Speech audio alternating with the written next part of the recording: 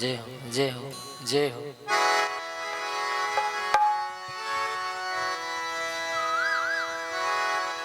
जय श्री राधे, जय श्री राम, जय श्री राधे।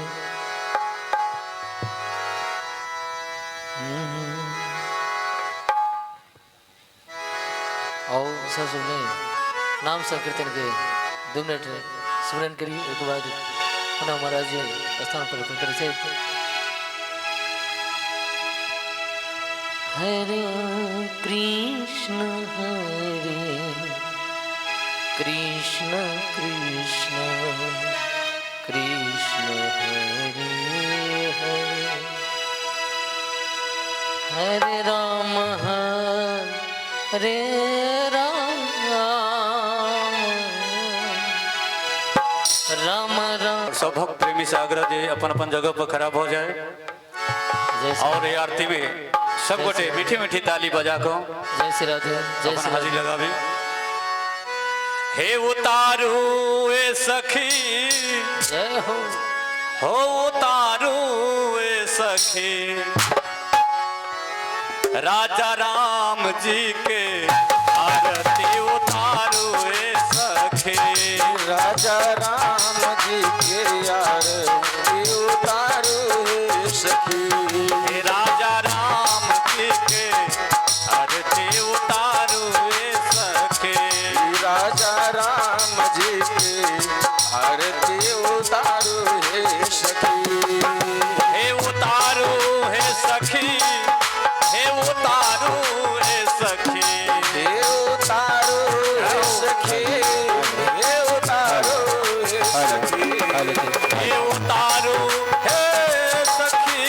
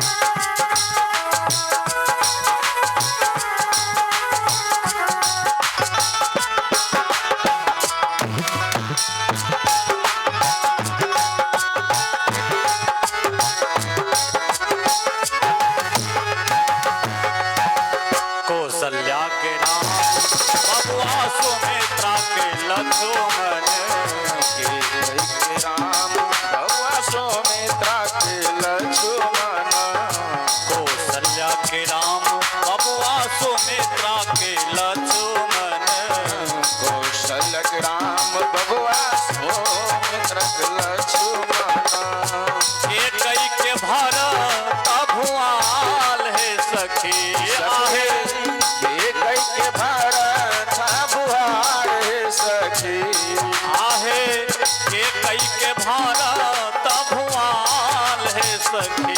सखी के कैसे भरता बुआर सखी। राजा राम जी के आरती उतारू है सखी। चारों भैयन के आरती उतारू है सखी। राजा राम जी के आरती उतारू है सखी। चारों दुल्हन के आरती उतारू है सखी।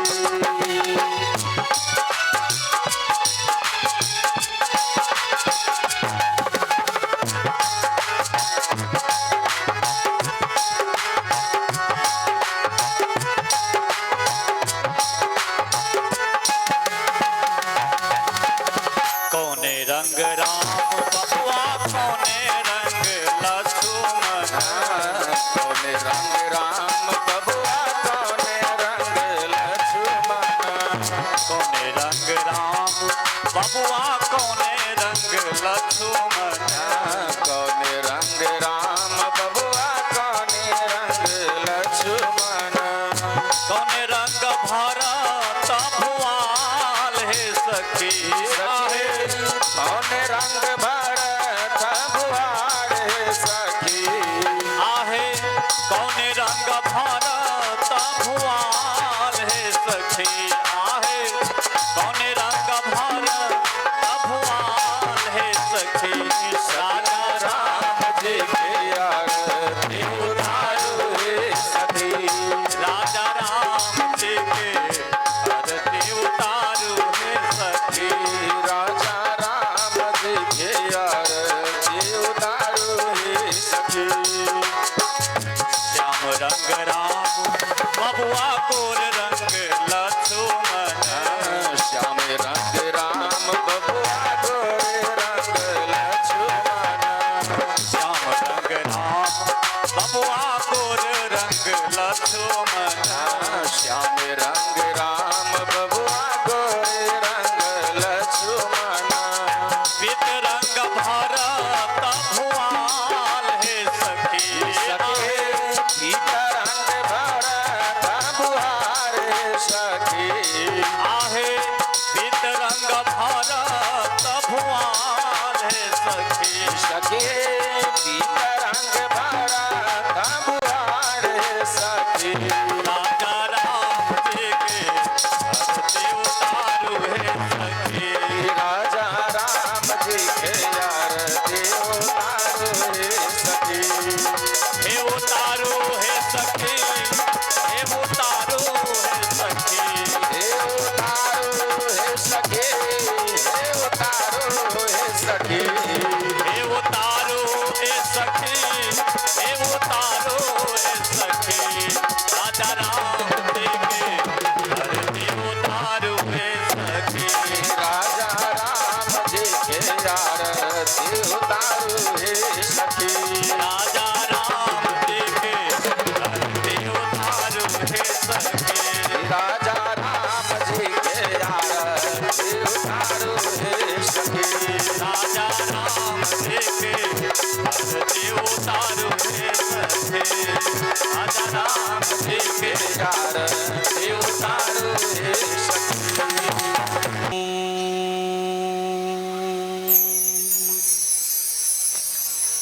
वर्णानामर्थसङ्घानां रसानां छन्दसामपि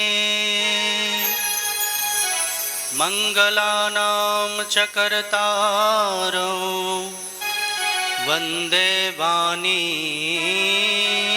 विनायकौ भवानी शङ्करौ वन्दे श्रद्धा विश्वासरूपिणौ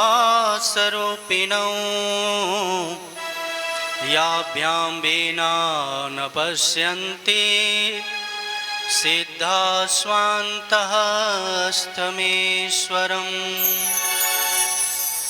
या कुन्देन दुतुषारहारधवला या शुभ्रवस्त्रावृता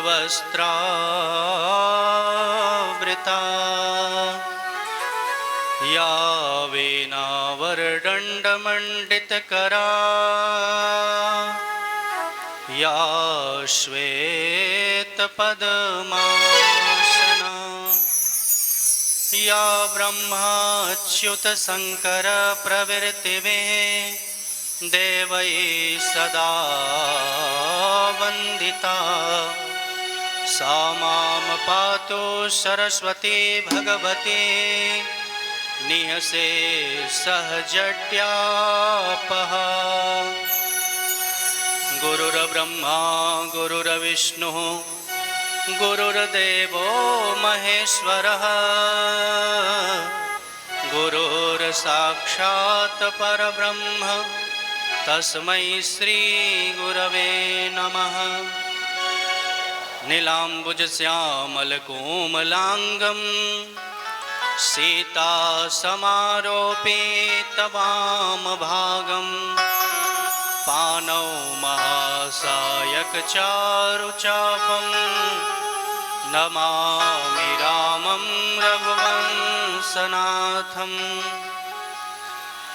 सच्चिदानन्दरूपाय विश्वोत्पत्त्यादिहेतवे तापत्रयविनाशाय श्रीकृष्णाय वयं नुमः। नारायणं नमस्कृत्य नरं चैव नरोत्तमं देवीं सरस्वतीं व्यासं ततो जयमुदीरयेत्। या देवी सर्वभूतेषु मातृरूपेण संस्थिता नमस्तस्यै नमस्तस्यै नमस्तस्यै नमो नमः। अतुलितबलधामं हेमशैलाभदेहं दनुजवनकृशानो ज्ञानिनामाग्रगण्यं सकलगुणनिधानं वानराणामधीशं रघुपतिप्रियभक्तं वातजातं नमामि। यत्र यत्र रघुनाथकीर्तनं तत्र तत्र कृतमस्तकाञ्जलिं बाष्पवारि परिपूर्णलोचनं मारुतिं नमत राक्षसान्तकम्। आइए हनुमंत बिराजिए कथा कहूँ मति अनुसार प्रेम सहित गादीधरों पधारिए श्री पवन कुमार। आइए परंपरानुक्रम में श्री भगवत नाम संकीर्तन मिलजुल कर भाव के साथ सब साथ में गाएंगे। हरे राम हरे राम राम राम हरे हरे हरे राम हरे राम राम हरे हरे हरे कृष्ण कृष्ण कृष्ण हरे हरे हरे कृष्ण कृष्ण कृष्ण हरे हरे हरे राम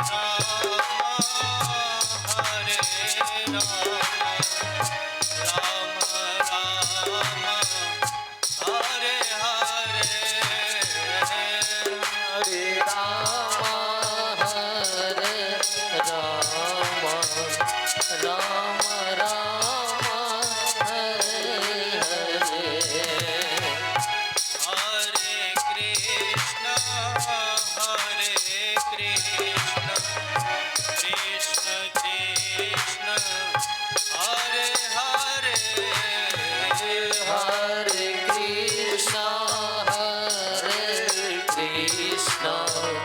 कृष्ण कृष्ण हरे हरे हरे राम राम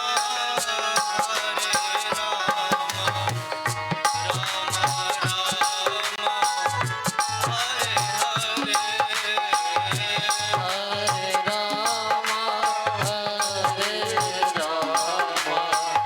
राम राम राम हरे हरे हरे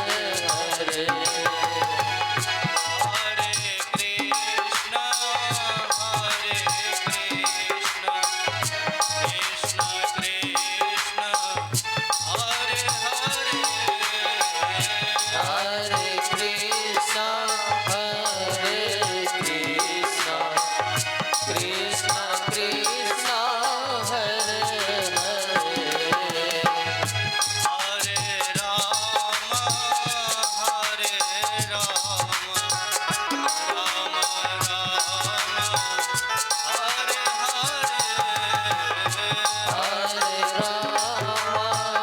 हरे राम हरे राम राम राम हरे हरे हरे कृष्ण सभी लोग जल्दी कृष्ण हरे हरे हरे कृष्ण कृष्ण कृष्ण हरे श्री गुरु चरण सरोज रज निज मन मुकुर सुधार मरना रघुवर विमल जसु जो दायक फल चार सो दीन तनु जानिके सुमिरा पवन कुमार बल बुद्धि विद्या देव मोहि हरहु कलेश विकार पवन तनय संकट हरण मंगल मूरति रूप राम लखन सीता हृदय प्रेम से बोलिए सियावर रामचंद्र भगवान की पवन सुत हनुमान जी महाराज की श्री रामचरितमानस महोत्सव की माँ दुर्गा भवानी की सब संतन की सब भक्तन की जय जय श्री सीताराम जय जय श्री राधे श्याम हरि ओम नमः पार्वती पतये हर हर महादेव शंभो।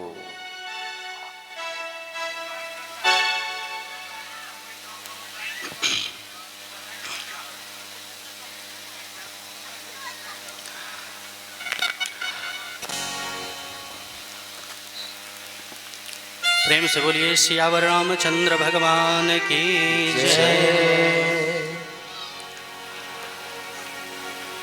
सादर शिवहि नाई अब माथा वर्णो विशद राम गुण गाथा।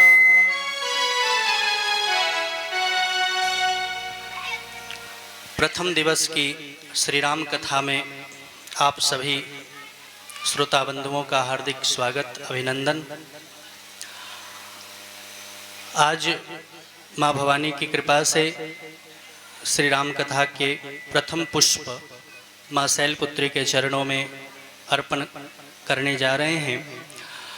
आप सबों से निवेदन है कि राम कथा वैसे तो अब जब प्रारंभ हो रही है, आज ये समापन का समय है।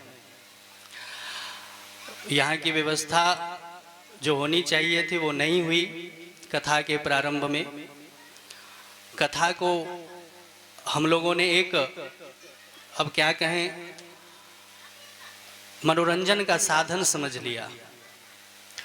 कथा कोई मनोरंजन का साधन नहीं है। कथा तो भव सागर चह पार जो पावा, राम कथा कह ताकह दृढ़ नावा।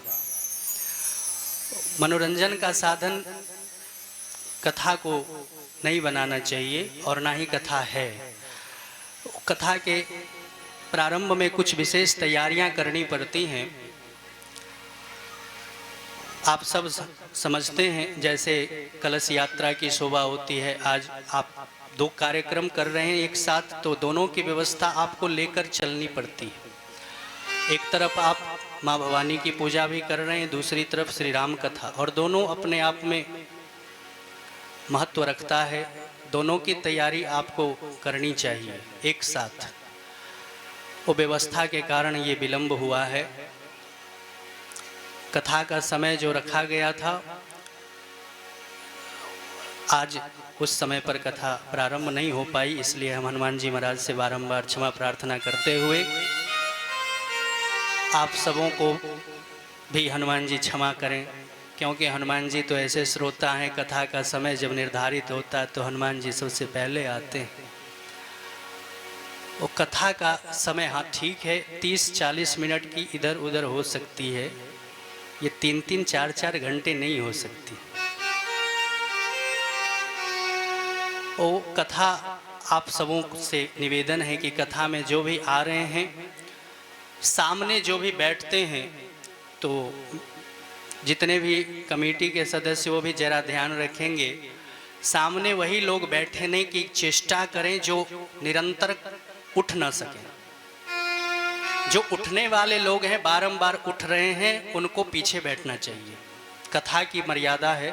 हम पिछली बार आए थे तो आप लोग थोड़ा बहुत समझते होंगे, ये दूसरी बार हम आए हैं। पिछली बार भागवत कथा हुई थी, इस बार राम कथा है। तो कथा की मर्यादा यही कहती है कि जो कथा में लगातार बैठ सके उन्हीं को आगे बैठना चाहिए, और जो नहीं बैठ सकते उनको फिर पीछे बैठना चाहिए। हाँ, सबों को, अब हमारी तरह तो आदत है नहीं सबको कि 3 घंटे 4 घंटे बैठ सकें, है ना, हमारी तो आदत है।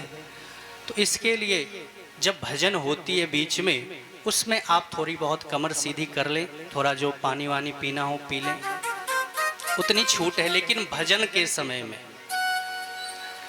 उसके बीच में नहीं, कथा के बीच में नहीं, भजन जब आती है उस समय आप कर लें। कथा में आए हैं तो हो सके तो मोबाइल बंद कर लें, नहीं बंद कर सकते तो साइलेंट कर लें, ज़्यादा इमरजेंसी है तो बाहर चले जाएं, बात करें। इन सब बातों का ध्यान रखें। माताएं अपनी व्यवस्था अपने आप बनाएं, अलग बैठें, और जो हमारे भाई बंधु हैं वो अलग व्यवस्था अपने आप। देखिए, आपके गांव की कथा है, दूसरा लोग आकर व्यवस्था नहीं बनाएगा, व्यवस्था आपको खुद बनानी पड़ेगी। कथा में व्यवस्था जो कथा करवाते उनको खुद बनानी पड़ती है। और कई, आप पिछली बार कथा सुन चुके हैं तो कथा की मर्यादा आप जानते हैं, और आप अच्छे श्रोता हैं, आप कथा के मर्म को जानते हैं। इसलिए मैं आग्रह करूंगा, इन सब नियमों का ध्यान रखें। कथा लाइव भी हो रही है यूट्यूब के माध्यम से। इस बार हमने सोचा चलो आपके गांव का थोड़ा सा नाम हो जाए, तो कथा की लाइव हो रही है यूट्यूब पर। श्री राहुल मिश्रा भक्ति पथ के नाम से चैनल चलता है, आप वहाँ मोबाइल पर देख सकते हैं। वहाँ भी कथा का प्रसारण हो रहा है।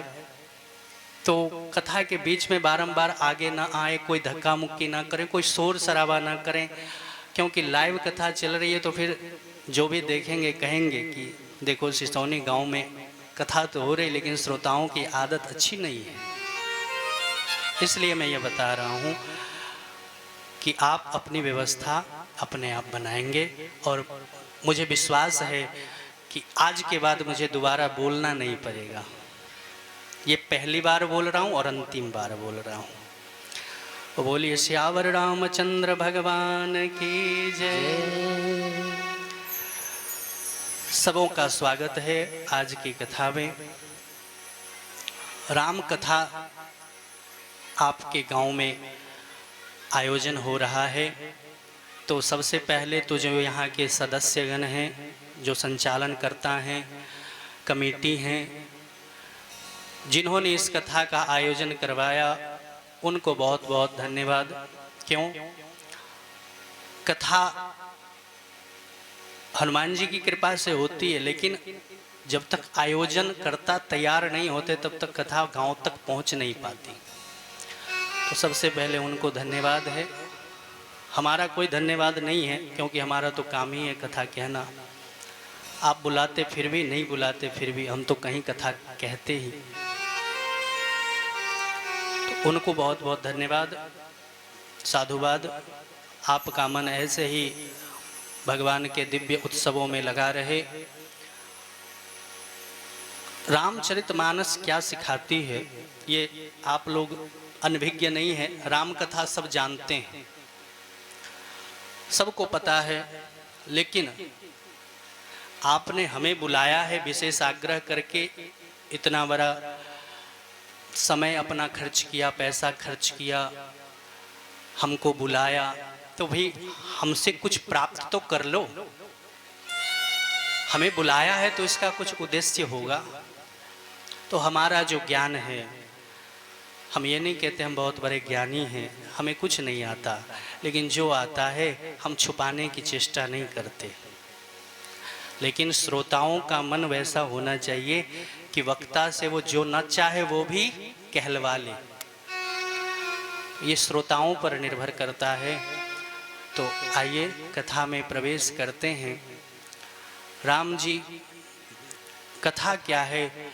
देखिए, कथा, माँ सरस्वती से किसी ने पूछा कि माँ ज्ञानी कौन है? तो माँ सरस्वती ने कहा कि जिसके जीवन में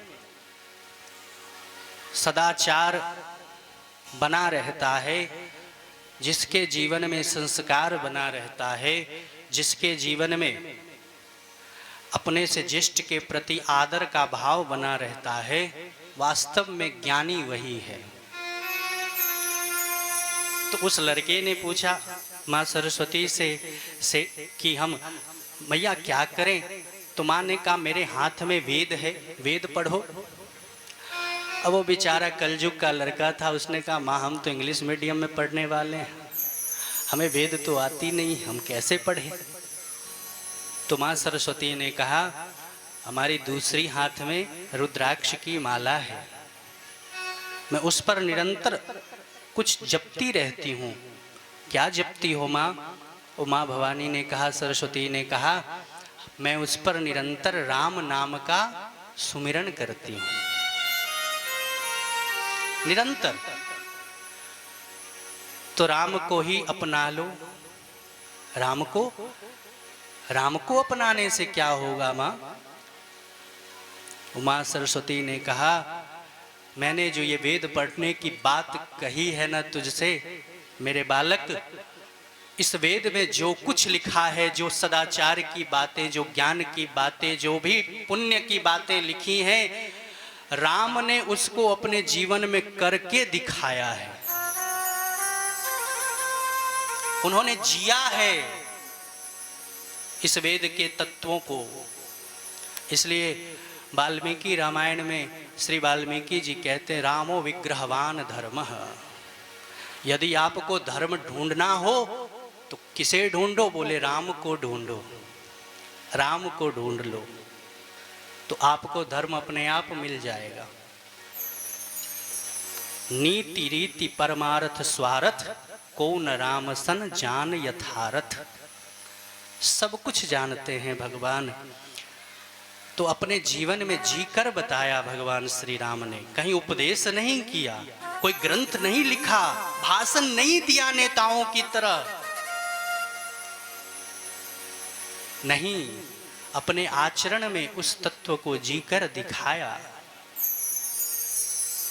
नंगे पांव चले, वन वन की ठोकरें खाई, तभी जाकर हम राम को इतना मानते हैं, राम के लिए इतना व्याकुल होते हैं। और मुझे क्षमा करेंगे, राज्य बहुत से राजाओं ने किया है, कई राजा हुए हमारे यहाँ, इतिहास उठाकर देखिए तो राजाओं की कमी नहीं रही, एक से एक बढ़कर राजा हुए। युधिष्ठिर जी भी राजा हुए, राजा हरिश्चंद्र भी हुए, दशरथ जी भी राजा हुए, भगवान श्री कृष्ण, मैं भगवान श्री कृष्ण का ही उपासक हूँ, भगवान श्री कृष्ण भी राजा हुए द्वारिकाधीश के रूप में।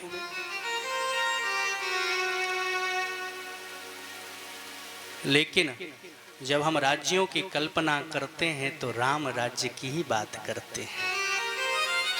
हम कृष्ण राज्य की बात नहीं करते, हम हरिश्चंद्र राज्य की बात नहीं करते, हम बात करते हैं तो राम राज्य की बात करते हैं। क्यों? क्योंकि राम जी ने उन तत्वों को जीकर दिखाया है, उन सदाचारों को, उन संस्कारों को, उन मर्यादाओं को बोलकर नहीं, लिखकर नहीं, अपने चरित्र के माध्यम से दिखाया है। इसलिए हम राम राज्य की बात करते हैं। और राम राज्य की विशेषता क्या है? बोले 11,000 वर्षों तक भगवान प्रभु राम ने अयोध्या पर शासन किया और राम राज्य में कभी कोई दुखी नहीं हुआ। किसी भी पिता के रहते हुए पुत्र की मृत्यु नहीं हुई। ये विशेषता रही भगवान राम के राज्य की। किसी की मांग, उसके सास के सामने उसकी बहू की मांग नहीं उजरी, ये विशेषता रही है। किसी प्रकार की आधी व्याधि नहीं रही भगवान राम राज्य में। सबसे बड़ी बात, भगवान राम के राज्य में कभी आग नहीं लगी। हम ऐसे नहीं बता रहे, वाल्मीकि रामायण की बात बता रहे हैं आपको। कभी आग जनिक घटना नहीं हुई भगवान राम के राज्य में, कभी आग नहीं लगी। अग्नि लगती तो लगते ही शांत हो जाती, वो अपना रुद्र रूप धारण नहीं कर पाती। जैसे ही भगवान राम के नाम से स्मरण करके हाथ लगा देता कोई, बस वही बुझ जाती। कभी आग की घटना नहीं हुई, कोई आग में जलकर नहीं मरा। तो फायर ब्रिगेड की समस्या समाधान हो गई, कोई फायर ब्रिगेड नहीं मंगाना पड़ा। व्यवस्था देखिए राम राज्य की, कभी कोई पानी में डूबकर नहीं मरा। छोटे छोटे बच्चे सरयू जी में चले जाते, दूर दूर तक तैर जाते, गहरे गहरे पानी में उतर जाते, लेकिन कभी किसी बच्चे की डूबकर मृत्यु नहीं हुई। ये राम राज्य की विशेषता रही। अर्थात बाढ़ राहत से भी बचाव हो गया। अभी जो इतना त्राहिमाम बचा है, पानी ने कभी अपना रुद्र रूप धारण नहीं किया भगवान राम के राज्य में। सरयू जी ने कभी अपनी मर्यादाएं नहीं लांघी। समुद्र अपनी सीमाओं में बंद कर रहा, कभी कोई बच्चा डूबा नहीं। यानी एनडीआरएफ की भी समस्या का समाधान हो गया। अब व्यवस्था देखिए, कभी किसी की मृत्यु सर्पदंश से नहीं हुई, महामारी से नहीं हुई। ये सब राम राज्य की विशेषता रही। इसलिए हम राम राज्य की कल्पना करते हैं। जो बो देते किसान खेत में, धरती खुशहाली से अपने आप अन्न का पैदावार कर देती, कभी कोई खाद डालने की जरूरत नहीं पड़ती भगवान राम के राज्य में। ये विशेषता रही भगवान राम के राज्य की। और क्या अद्भुत व्यवस्था होगी। कभी किसी ने ताला नहीं लगाया अपने घर पे, यानी चोरी की समस्या समाधान हो गई। यानी कोई पुलिस वुलिस नहीं है यहाँ, तो कभी कभी रक्षक ही भक्षक बन जाता है। लेकिन वहां कोई समस्या नहीं, सब एक दूसरे से प्रीति करते हैं, प्रेम करते हैं। हमारे महाराज जी, गुरु महाराज जी कहते हैं, 21वीं सदी के मनुष्यों, आज के युग में किसी के पास न धन की कमी है, न अन्न की कमी है, न कपड़ों की कमी है, न घर की कमी है। कभी काहे की? महाराज जी कहते हैं कमी बस प्रेम की है। हमारे जीवन से प्रेम समाप्त होता चला जा रहा है। भाई भाई में प्रेम नहीं, सास बहू में प्रेम नहीं, अड़ोसी पड़ोसी में प्रेम नहीं। पड़ोसी की संपत्ति बढ़ रही है तो दूसरे पड़ोसी की आंख में खटकती है, उसे दुख होता है, ईर्ष्या होती है, जलन होती है। क्यों? प्रेम नहीं है। अगर प्रेम होता तो क्या कहता? सिय राम मैं सब जग जानी, सिय राम मैं सब जग जानी, करहूँ प्रणाम जोरे जुग पानी, करहूँ प्रणाम जोरे जुग पानी। मंगल भवन अमंगल हारी, द्रवहु सुदशरथ अजिर बिहारी, जय जय जय हनुमान गोसाई, कृपा करो गुरुदेव की नाई। मंगल भवन मंगल हारी, द्रवहु सुदशरथ अजिर बिहारी। तो यही कहते सब, सिय राम मैं सब जग जानी, करहूँ प्रणाम जोरी जुग पानी। यहाँ तो सब में वही राम जी बैठे हैं, तो किससे द्रोह करें, किससे बैर करें? कोई समस्या ही नहीं होती। इसलिए राम राज्य की बात करते क्यों? भगवान राम ने अपने चरित्र के माध्यम से सारे जितने वेद के वाक्य हैं उसको चरितार्थ करके दिखाया। आइए श्री रामचरितमानस में प्रवेश करते हैं। यहाँ श्री रामचरितमानस गोस्वामी श्री तुलसीदास जी द्वारा रचित है और गोस्वामी जी को वाल्मीकि जी का ही अवतार माना जाता है। कलिकुटिल जीव निस्तार हेतु वाल्मीकि तुलसी भय। गोस्वामी जी तुलसीदास जी वाल्मीकि जी के ही अवतार माने जाते हैं। क्यों? वाल्मीकि जी ने जो वाल्मीकि रामायण की रचना करी उसमें इतनी गूढ़ भाषा है, सब नहीं पढ़ सकते, तो जन जन तक रामायण पहुंच नहीं पाई और भाषा भी थोड़ी सी टेढ़ी है, सबको समझ में नहीं आती। तो वाल्मीकि जी को थोड़ा सा सोच हुआ कि मैंने रचना तो करी लेकिन जन जन तक जो पहुंचना चाहिए था वो मैं राम को नहीं पहुंचा पाया।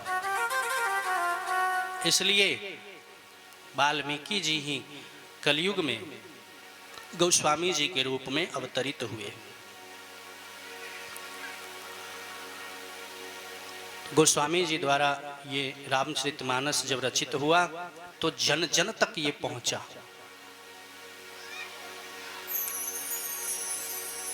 कोई बड़े से बड़ा IAS IPS हो, कभी कभी वो भी रामचरितमानस नहीं पढ़ पाता, लेकिन गांव का एक गंवार भी रामचरितमानस पढ़ लेता है। ये विशेषता है रामचरितमानस की, बड़ी सरल भाषा है। आइए प्रथम सोपान में प्रवेश करते हैं।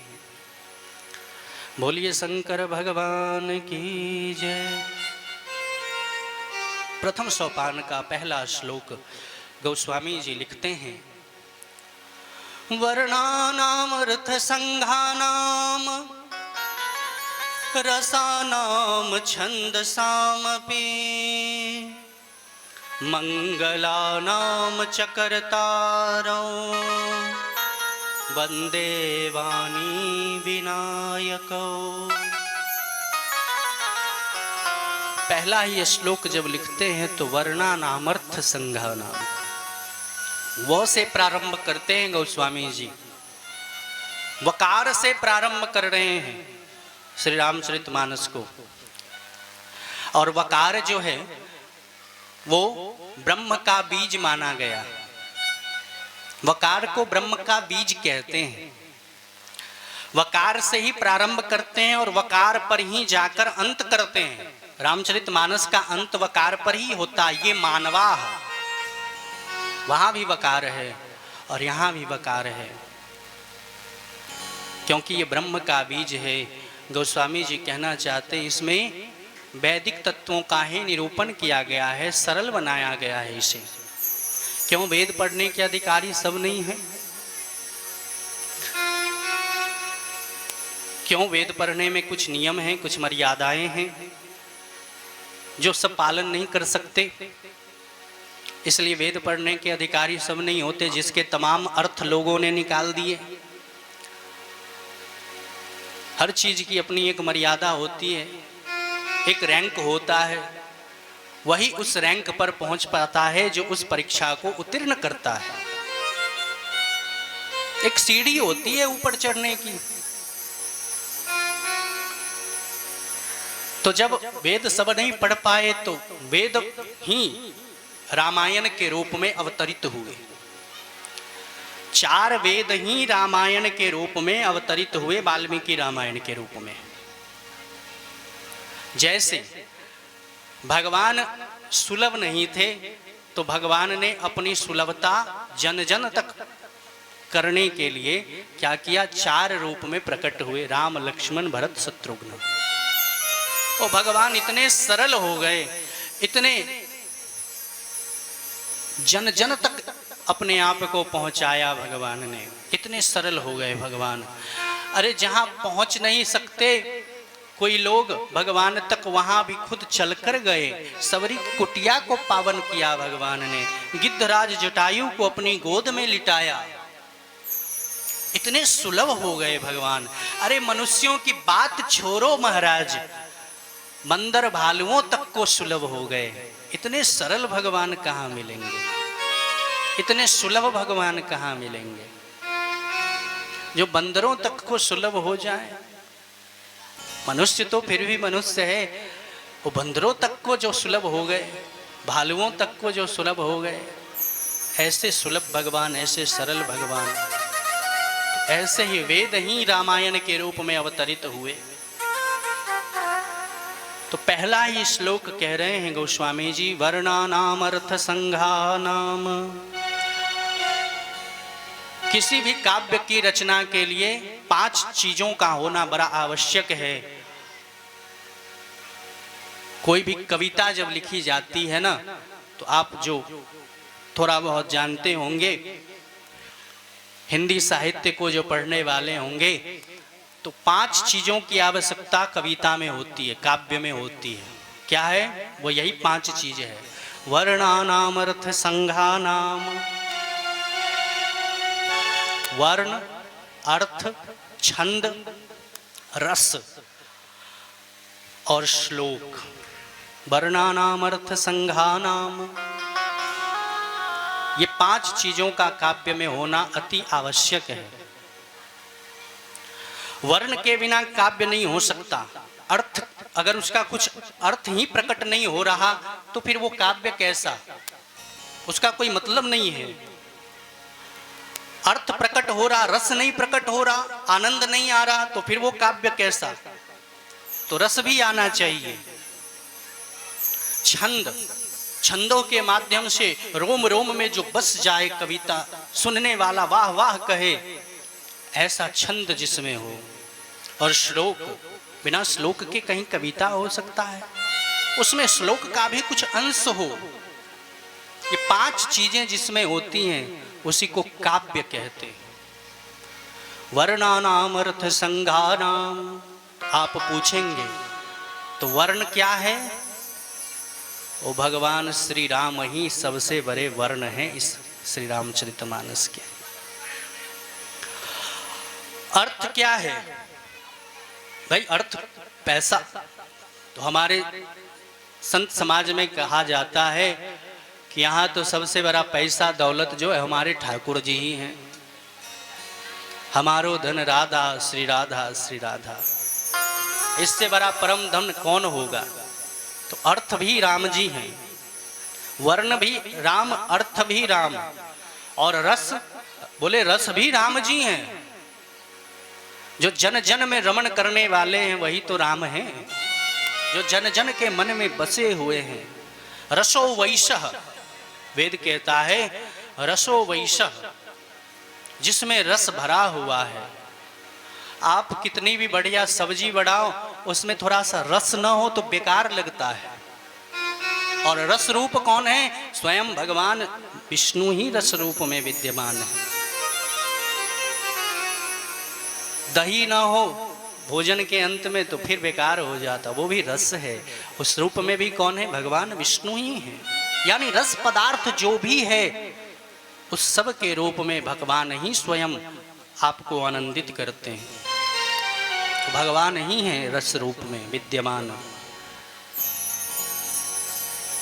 तो वर्ण राम, अर्थ राम, रस राम और छंद, छंद भी तो भगवान ही है।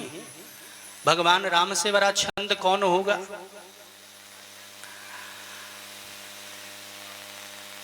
जन जन तक जो पहुंचे हैं, सबरी की कुटिया को जिन्होंने पावन किया, ऐसे भगवान श्री राम छंद रूप में विराजमान हैं। और श्लोक के रूप में भी भगवान ही विराजमान है। रामो विग्रहवान धर्मः। तो वर्ण, अर्थ, रस, छंद, श्लोक, ये 5 चीजों की पूर्ति हो रही है इस काव्य में। लेकिन वो 5 चीजों का सम्मिश्रण किसमें हो रहा है? बोले भगवान श्री राम में ही हो रहा है।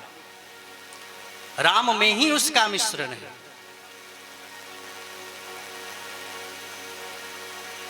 वर्णानाम अर्थ संघानाम रसानाम छंदसामपि मंगलानाम च कर्तारो वंदे वाणी विनायको।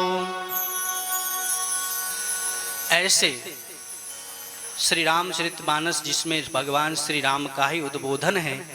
लेकिन सबसे पहले प्रणाम किसको करते हैं गोस्वामी जी?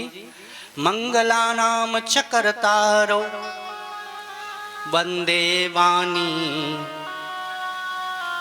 जो मंगलों को देने वाली है, मंगल करने वाली है, उस वाणी को मैं प्रणाम करता हूं। वाणी कौन है? मां सरस्वती। मां सरस्वती को प्रथम प्रणाम किया। क्षमा करे, प्रथम पूज्य तो श्री गणेश जी हैं, तो फिर गणेश जी को प्रणाम क्यों नहीं किया? गणेश जी को दूसरे नंबर पर रखा गोस्वामी जी ने। वंदे वाणी विनायको, प्रथम प्रणाम सरस्वती मैया को, द्वितीय नमस्कार में गणेश जी को प्रणाम किया। ऐसा क्यों? प्रथम पूज्य को दूसरे स्थान पर रखा। क्या गोस्वामी जी को इसका ज्ञान नहीं था कि गणेश जी प्रथम पूज्य हैं? बोले नहीं नहीं, गोस्वामी जी को खूब ज्ञान था। क्यों? इसमें तो सभी शास्त्रों का निचोड़ रख दिया गोस्वामी जी ने, वेदों का निचोड़ रख दिया। 6 शास्त्र सब ग्रंथन को रस, आरती में गाते हैं ना हम, सभी शास्त्रों का निचोड़ है। तो फिर वंदे वाणी क्यों कहा? सरस्वती को प्रथम प्रणाम क्यों किया? गोस्वामी जी ने कहा, रे मूर्खों, गणेश जी प्रथम पूज्य हैं, ये ज्ञान भी जिसने दिया वो तो सरस्वती हैं। प्रथम पूज्य गणेश जी हैं, ये ज्ञान कहां से आया? तो सरस्वती की कृपा से आया। मां सरस्वती के आशीर्वाद से ये ज्ञान मिला। तो पहला प्रणाम तो सरस्वती को बनता है, वाणी को बनता है। क्यों? उन्हीं की कृपा से हमने जाना कि गणेश जी प्रथम पूज्य हैं, तो पहले उनको प्रणाम किया, वाणी को प्रणाम किया। जिनके कृपा के बिना वक्ता बोल नहीं सकता, उसकी जिह्वा हिल नहीं सकती। चाहे कोई भी हो, वक्ता आस्तिक हो या नास्तिक हो, कोई भी हो, जो बोल रहा है उस पर भवानी सरस्वती की कृपा है, तभी वो बोल रहा है। सरस्वती की कृपा के बिना बोल नहीं सकता। तो वो ज्ञान हमें सरस्वती ने दिया है कि गणेश जी प्रथम पूज्य हैं, इसलिए प्रथम प्रणाम वाणी को किया। फिर विनायक को द्वितीय नमस्कार श्री गणेश जी को किया। बोलिए सरस्वती मैया की, श्री दाता गणेश जी भगवान की। आइए गणेश जी को नमस्कार करते हैं। गाइए गणपति जगवंदन, गाइए गणपति जगवंदन, गाइए गणपति जगवंदन, गाइए गणपति जगवंदन। शंकर सुवन भवानी नंदन, शंकर सुवन, भवानी नंदन, शंकर सुवन भवानी नंदन, शंकर सुवन भवानी नंदन। गाइए गणपति जगवंदन, गाइए गणपति जगवंदन, गाइए गणपति जगवंदन, गाइए गणपति जगवंदन। सिद्धि सदन गज बदन विनायक, सिद्धि सदन गजवदन विनायक, सिद्धि सदन गज बदन विनायक, सिद्धि सदन गजवदन विनायक। कृपा सिंधु सुंदर सबलायक, कृपा सिंधु सुरजय सजनायक, कृपा सिंधु सुंदर सबलायक, कृपा सिंधु सुरजय सजनायक। मोदक प्रिय मुद मंगल दाता, मोदक प्रिय मुद मंगल दाता, विद्यावारिधि बुद्धि विधाता, विद्यावारिधि बुद्धि विधाता। मोदक प्रिय मुद मंगल दाता, मोदक प्रिय मंगल दाता, विद्यावारिधि बुद्धि विधाता, विद्यावारिधि बुद्धि विधाता। मांगत तुलसीदास कर जोरे, मांगत तुलसीदास कल जोरे, मांगत तुलसीदास कर जोरे, मांगत तुलसीदास कल जोरे। बसहु राम सिय मानस मोरे, बसहु राम श्रीदास जोरे, बसहु राम सिय मानस मोरे, बसहु राम श्रीदास मोरे। गाइए गणपति जगवंदन, गाइए गणपति जगवंदन। शंकर शोभन सभी लोग गाइए। नंदन, शंकर सुवन नंदन। ये गोस्वामी जी द्वारा ही लिखा गया है ये वंदना।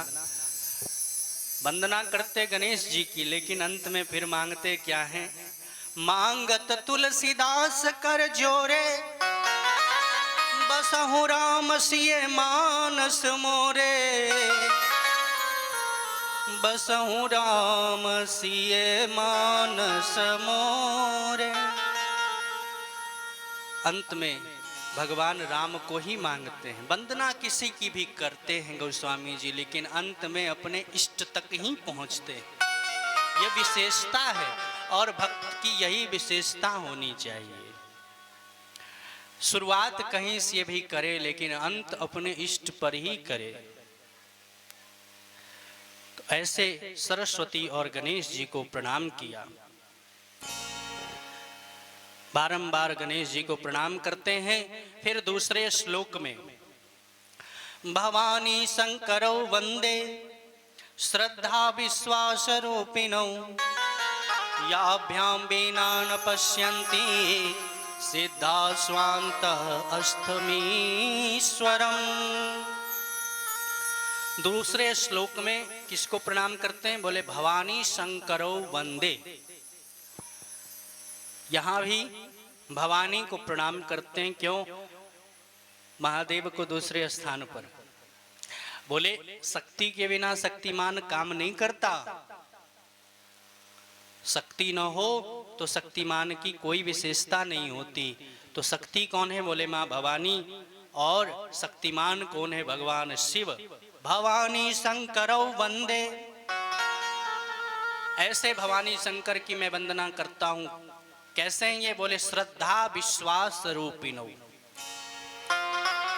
जो श्रद्धा और विश्वास के प्रतीक हैं। श्रद्धा मां भवानी, मां भवानी श्रद्धा की प्रतीक हैं। इसलिए माताओं को श्रद्धा स्वरूपा कहा जाता है। और भगवान शिव विश्वास के स्वरूप हैं। विश्वनाथ मम नाथ पुरारी, त्रिभुवन महिमा विदित तुम्हारी। विश्वास के प्रतीक है भवानी भगवान शंकर और श्रद्धा की स्वरूपा मां भवानी। बिना श्रद्धा और विश्वास के भक्ति पथ पर कोई भी आगे नहीं बढ़ सकता। यहां दोनों की आवश्यकता होती है। श्रद्धा की भी आवश्यकता है और विश्वास की भी आवश्यकता है। याभ्यां विना न पश्यन्ति सिद्धा स्वान्तः अस्थमीश्वरम्। जिस श्रद्धा और विश्वास के बिना बड़े से बड़े सिद्ध जन भी सिद्धि को प्राप्त नहीं कर सकते। भक्ति के पथ पर आगे तो बढ़ जाते हैं लेकिन फिर गिर जाते हैं बिना श्रद्धा विश्वास के। कई बार हम छोटे बच्चों से कहते हैं बेटा ये बड़े हैं हमारे, इन पर श्रद्धा करो, इनको प्रणाम करो। तो वो छोटा बच्चा क्या कहता है? हम तो प्रणाम करेंगे लेकिन ये बड़े भी तो हम पर विश्वास करें। क्या अद्भुत बात है। बिना श्रद्धा और विश्वास के हम भक्ति पथ पर नहीं चल सकते। इसलिए श्रद्धा स्वरूपा मां भवानी और विश्वास के स्वरूप भगवान शंकर, ऐसे गौरी शंकर को हम बारंबार प्रणाम करते हैं। बोलिए शंकर भगवान की। दूसरे श्लोक में भगवान शंकर और भवानी को प्रणाम किया। फिर तीसरे श्लोक में वंदे बोधमयं नित्यं गुरुं शंकर रूपिणं यमाश्रितो हि वक्रो अपि चंद्रः सर्वत्र वन्द्यते। वंदे बोधमयं नित्यं गुरुं शंकर रूपिणं। तीसरे श्लोक में शंकर रूपी गुरु की वंदना करते हैं।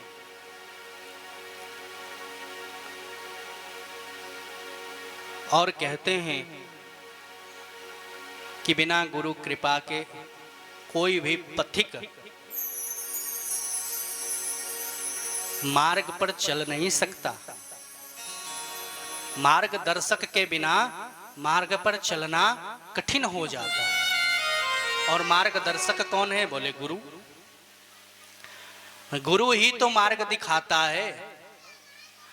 फिर उस मार्ग पर चलते हुए वह पथिक भले ही गुरु से आगे बढ़ जाए, वो अलग बात है, लेकिन मार्ग दर्शन किसने किया? बोले गुरु ने।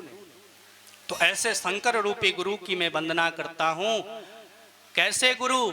बोले यमाश्रितो हि वक्रो अपि चंद्रः सर्वत्र वन्द्यते। जिनकी कृपा से टेढ़ा चंद्रमा भी पूजित हो जाता है भगवान शिव के मस्तक पर जाकर।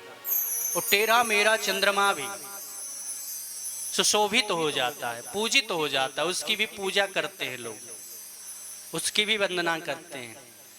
शिव की पूजा होती, आरती उतारते हैं, तो क्या चंद्रमा की पूजा नहीं हो जाती साथ में? उनकी भी हो जाती है। शिव जी पर जब जल चढ़ाते हैं तो क्या चंद्रमा पर जल नहीं चढ़ जाता? सबसे पहले वहीं चढ़ जाता है। तो जिनकी कृपा से यानी गुरु की कृपा से ही तेरा चंद्रमा भी सर्वत्र वंदित हो जाता है। ऐसे गुरु की कृपा जिस पर हो जाती है वह सर्वत्र वंदित हो जाता है, उसकी हर जगह जय जयकार होने लगती है। क्यों? उस पर गुरु की कृपा हो गई।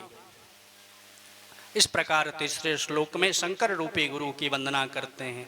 फिर चौथे श्लोक में सीताराम गुण ग्राम पुण्यारण्य विहारिणौ वंदे विशुद्ध विज्ञानौ कवीश्वर कपीश्वर।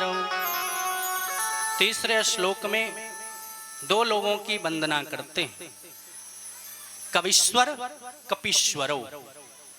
कवीश्वर कहकर वाल्मीकि जी की वंदना करते हैं और कपीश्वरौ कहकर श्री हनुमान जी की वंदना करते हैं। कवीश्वर सबसे बड़े कवि कौन हुए? बोले वाल्मीकि जी। वाल्मीकि जी ही सर्वप्रथम काव्यों की रचना कहां से प्रारंभ हुई? बोले वाल्मीकि जी के द्वारा।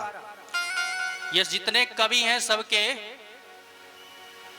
दादाजी लगते हैं, क्योंकि प्रारंभ इन्होंने ही किया काव्य रचना से। क्रौंच नामक पक्षी जब मैथुन कर रहा था, क्रौंच और क्रौंची, उसी समय बहेलिया ने बाण मारा और वहां भरद्वाज जी के साथ वाल्मीकि जी स्नान कर रहे थे नदी में, उसी तट पर यह घटना घटी। क्रौंच मर गया, बाण लगते ही बहेलिया ने जब बाण मारा, क्रौंच को मरते हुए देखकर तड़पते हुए लहू लुहान हो गया। उसकी जो पत्नी क्रौंची है बिलखने लगी, तड़पने लगी, रोने लगी। उसकी ये दशा देखकर वाल्मीकि जी को रहा नहीं गया और वहीं पर प्रथम श्लोक फूटा वाल्मीकि जी के मुखारविंद से, और वही बाद में वाल्मीकि रामायण के रूप में परिणित हुआ। भरद्वाज जी के सामने ही प्रथम श्लोक फूटा। बहेलिया को खूब डांटा वाल्मीकि जी ने, लेकिन जब डांट रहे थे तो डांटने में भी कवि की भाषा थी। हम जब क्रोध करते हैं तो क्या किसी को क्रोध में हम गाना गाकर गाली देते हैं? नहीं। लेकिन वहां जब वाल्मीकि जी को क्रोध भी आया तो वो कविता बन गई, कविता की शैली में ही क्रोध हुआ, अद्भुत क्रोध हुआ। वहीं से प्रारंभ किया। क्यों इन दो लोगों की वंदना करते हैं, कवीश्वर और कपीश्वर की? इसलिए वंदना करते हैं कि सीताराम गुण ग्राम पुण्यारण्य विहारिणौ। ये श्री सीताराम जी का जो चरित्र है ना, ये ग्राम पुण्य जो है ना, ये ग्राम पुण्य, ग्राम कहते जंगल को, इसमें श्री सीताराम जी विहार करते हैं। और इस जंगल में जो जाना चाहे तो फिर बिना मार्गदर्शक के वो प्रवेश नहीं कर सकता। जंगल बहुत भयावह है, आपने कभी उसमें पांव नहीं रखा, अचानक जाना चाहते हो जंगल में तो कैसे जाओगे? बोले किसी मार्गदर्शक का सहारा ले लो, किसी से पूछो, उसी का हाथ पकड़ो और उसी के साथ जाओ जंगल में, तब तो घूम घाम के वापस आ जाओगे। और कहीं अकेले चल दिए तो बोले बस सुबह से शाम है जाएगी, रास्ता नहीं मिलेगा बाहर निकलने का। क्यों? भयावह जंगल है। तो सीताराम जी का जो गुण है, पुंज है, वो जंगल की तरह है। इसमें अकेले पांव नहीं रखना चाहिए। गोस्वामी जी का भाव बड़ा सीधा सा है, इसमें अकेले पांव रखेंगे तो भटक जाएंगे। कितने ऐसे प्रसंग आते हैं, कितने ऐसे मार्ग दर्शन के बिना हम अगर उस प्रसंग में चले जाएंगे तो उस प्रसंग में हम भूल कर बैठेंगे, भटक जाएंगे। भटकने का मतलब यही है। फिर ऐसा क्यों लिख दिया गोस्वामी जी ने? तर्क वितर्क करने लग जाएंगे। फिर स्वामी प्रसाद मौर्य की तरह कई बार कुछ भी बोल देंगे। रामचरितमानस कभी ठीक से पढ़ा नहीं, एक बस एक पंक्ति को ले लेते हैं लोग और उसी पर विवाद करते हैं। एक पंक्ति बस, न उसके आगे का वाक्य न पीछे का वाक्य, बस वही। क्यों? बोले उनको विवाद करना है, उसी माध्यम से कुछ नाम हो जाए। ये तो हमारा भारतवर्ष है कि रामद्रोही को हम बैठा भी लेते हैं पास में, लेकिन गोस्वामी जी कहते रामद्रोही बचे न कोई। जिसने राम से द्रोह किया फिर वो बच नहीं पाया।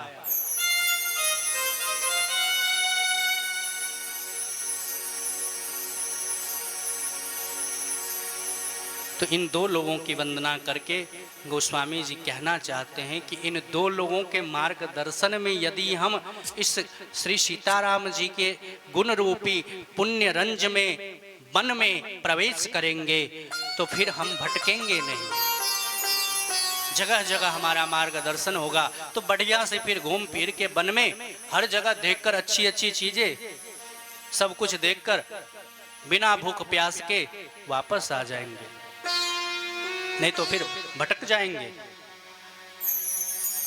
वंदे विशुद्ध विज्ञानो, और ये कौन है? बोले ये वैज्ञानिक हैं। वंदे विशुद्ध विज्ञानो, वाल्मीकि जी भी वैज्ञानिक हैं और हनुमान जी भी वैज्ञानिक हैं। कैसे? देखो भाई, अब यहाँ जो साइंस के विद्यार्थी बैठे होंगे वो जानते हैं केवल शक्ति को पा लेना ही पर्याप्त नहीं होता, शक्ति की सुरक्षा भी करनी पड़ती है। परमाणु बना लेना बहुत बड़ी बात नहीं है, परमाणु किसके हाथ में है ये बहुत बड़ी बात है। तो शक्ति बना लेना बहुत बड़ी बात नहीं है, शक्ति की रक्षा भी करनी पड़ती है, और दोनों का महत्व है। शक्ति बनाना भी उसका भी महत्व है और शक्ति की रक्षा करना उसका भी महत्व है। कहीं पाकिस्तान जैसे हो जाए हमारे पड़ोसी तो बार बार यही धमकी दे हमारे पास तो परमाणु है। क्यों? शक्ति गलत हाथों में चली गई, उसने उसके महत्व को जाना नहीं। तो ये दो वैज्ञानिक कैसे हैं महाराज? तो हनुमान जी महाराज शक्ति की खोज करते हैं। कैसे? सीता जी की खोज करते हैं हनुमान जी लंका में जाकर। शक्ति को जब चुरा लिया रावण ने तो उसकी खोज किसने करी? बोले हनुमान जी ने। और उस शक्ति को लाकर पुनः राम जी को सौंप दिया हनुमान जी ने। राम जी ले भी आए, लेकिन फिर उस शक्ति को जब छोड़ दिया तो उस शक्ति की पुनः रक्षा किसने करी? बोले श्री वाल्मीकि जी ने। और केवल रक्षा नहीं करी, उस शक्ति से दो और शक्ति को प्रकट कर दिया कुशलभ के रूप में, बढ़ाया, सीमित नहीं रखा। इसलिए ये दो वैज्ञानिक हैं।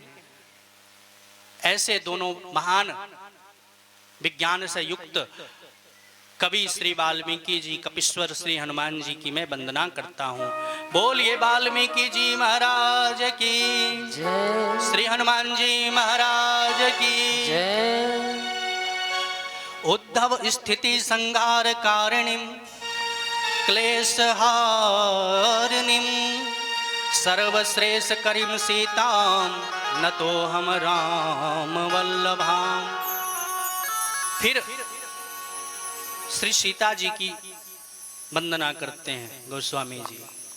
ये कौन है? बोले उद्धव स्थिति संहार कारिणीं क्लेश हारिणीं, जो संसार का उद्धव करती हैं यानी रचना करती हैं, स्थिति यानी उसकी स्थिति को बनाए रखती हैं, पालन करती हैं, और फिर संहार कारिणीं, संहार भी जो करती हैं। ऐसे श्री सीता जी को केवल यही तीन काम करती हैं, बनाती हैं, पालन करती, संहार कर देती हैं। बोले नहीं नहीं, क्लेश हारिणीं, जो समस्त क्लेशों का हरण कर लेती हैं। सर्वश्रेष्ठ करीम सीताम, जो सर्वश्रेष्ठ हैं। ऐसे श्री सीता जी को न तो हम राम वल्लभाम, सबसे ज्यादा जो राम जी को बहुत ही प्रिय है, प्रियतमा है, राम जी की जो प्रियतमा है, जो समस्त कष्टों को हर लेती हैं, ऐसी श्री सीता जी को प्रणाम करते हैं। देखो बाप का परिचय कौन देता है? बोले माँ। माँ के बिना बेटे को कभी पता नहीं लग पाएगा कि मेरा असली बाप कौन है। यह पक्की बात है। सही बात, सही पिता का पता तो माँ ही बता सकती है। तो सीता जी की जब हम वंदना करते हैं तो सीता जी हमें, हमारे सबसे असली पिता कौन है? बोले भगवान श्री हैं। भगवान से बढ़कर हमारा परम पिता कौन हो सकता है? कल 2 अक्टूबर था, हमने क्या मनाया? बोले गांधी जयंती, शास्त्री जयंती। और गांधी जी को क्या कहते हैं? बोले राष्ट्रपिता। मुझे ये शब्द अच्छा नहीं लगता, पता नहीं क्यों।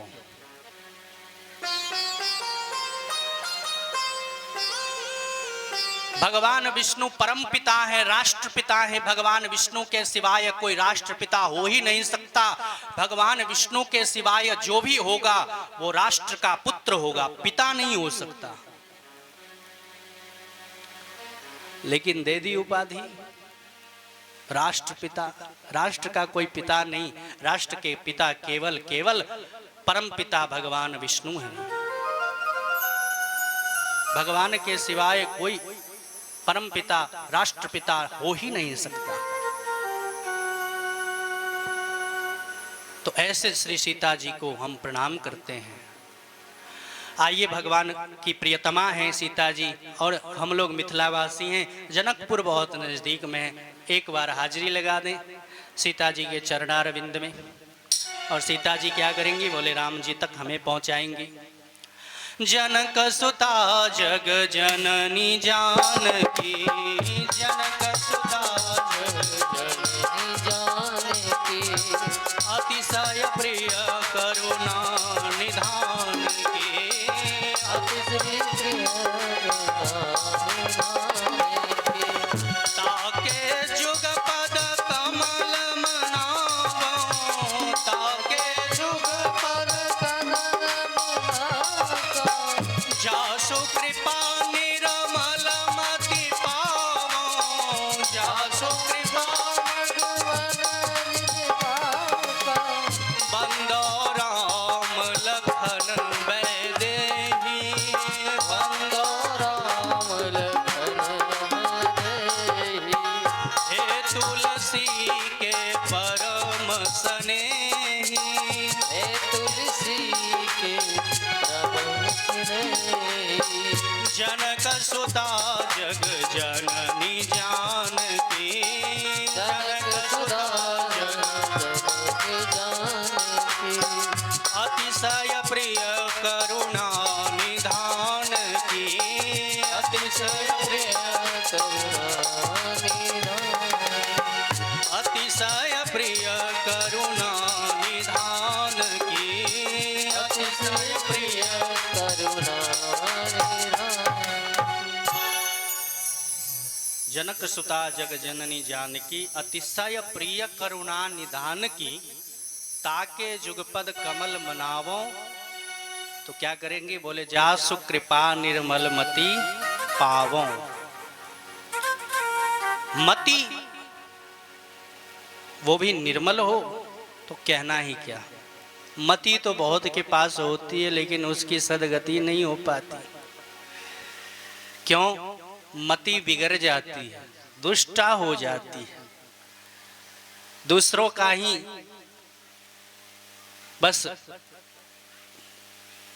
दुष्टता भर के दूसरों में ही दुष्टता करते रहते हैं लोग। क्यों? मति के कारण। दूसरों के घर में आग लगा देते हैं, क्यों? मति के कारण।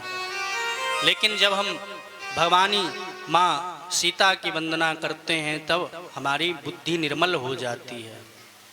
इस प्रकार माता सीता की वंदना करी है। बोलिए सीता मैया की जय, जनकपुर धाम की जय, मिथिला धाम की जय। फिर गोस्वामी जी, यन माया वर्षितम विश्वमखिलम ब्रह्मादि देवासुरा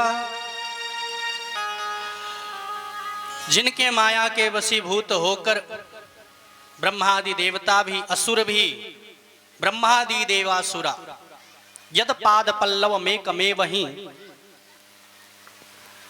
जिनके माया से मोहित होकर सभी भ्रमित हो जाते हैं, और भ्रमित ही नहीं होते, जिनकी माया के चक्कर में पड़ के सर्प की भांति यह सारा दृश्य जगत सत्य ही प्रतीत होता है। क्यों? शंकराचार्य जी ने कहा ब्रह्म सत्यम जगत मिथ्या। सत्य तो केवल परमात्मा है, जगत तो झूठा है। लेकिन जगत ही दिख रहा है, परमात्मा तो दिख नहीं रहा। क्यों नहीं दिख रहा? बोले माया जब निकाछन्नम, माया का पर्दा जो भगवान ने डाल रखा है, इसलिए ये जगत सच्चा दिखाई देता है, परमात्मा दिखाई नहीं देते। माया का मतलब ही होता है माँ मतलब नहीं, या मतलब जो नहीं है उसको दिखा दे, और जो वास्तव में है, सत्य है, उसको छुपा दे, उसी को माया कहते हैं। वो भगवान की माया बड़ी प्रबल है, और उनकी माया इतनी प्रबल है कि साधारण मनुष्यों की बात कौन कहे। ब्रह्मादि देवासुरा, देवता भी, ब्रह्मा जी भी जो भगवान के निज पुत्र ही हैं, नाभि कमल से प्रकट हुए ब्रह्मा जी भगवान के बेटा हैं, वो ब्रह्मा जी भी इस जगत को सत्य मानने लग जाते हैं। जैसे कभी कभी भ्रम की स्थिति हो जाती है। रात में जब हम चलते हैं तो कभी कभी रस्सी परी होती है, कोई पतवार परी होती है, और भ्रम हो जाता सर्प तो नहीं है। ये स्थिति कब होती है? अंधेरे में कि उजाले में? बोले उजाले में तो सब कुछ दिखता है, तो भ्रम क्यों होगा? और अंधेरे में? बोले अंधेरे में तो अपना हाथ ही नहीं दिखता, तो फिर भ्रम क्यों होगा? तो भ्रम कब होता? बोले ना अंधेरा ना उजाला, दोनों के बीच की जो स्थिति है, ना अंधेरा ही है ना उजाला ही है। संध्या बेला जब हो रही है, थोड़ा बहुत प्रकाश भी, थोड़ा बहुत अंधेरा भी, उसी समय भ्रम होता है, भ्रम की स्थिति होती है। उसी प्रकार इस जगत को जो भ्रमिक होकर सत्य मान लेते हैं, परमात्मा को झूठा मान लेते हैं। लेकिन वास्तव में क्या बात है? बोले बंदे अहम तम शेष कारण परम, वास्तव में सत्य तो परमात्मा ही है।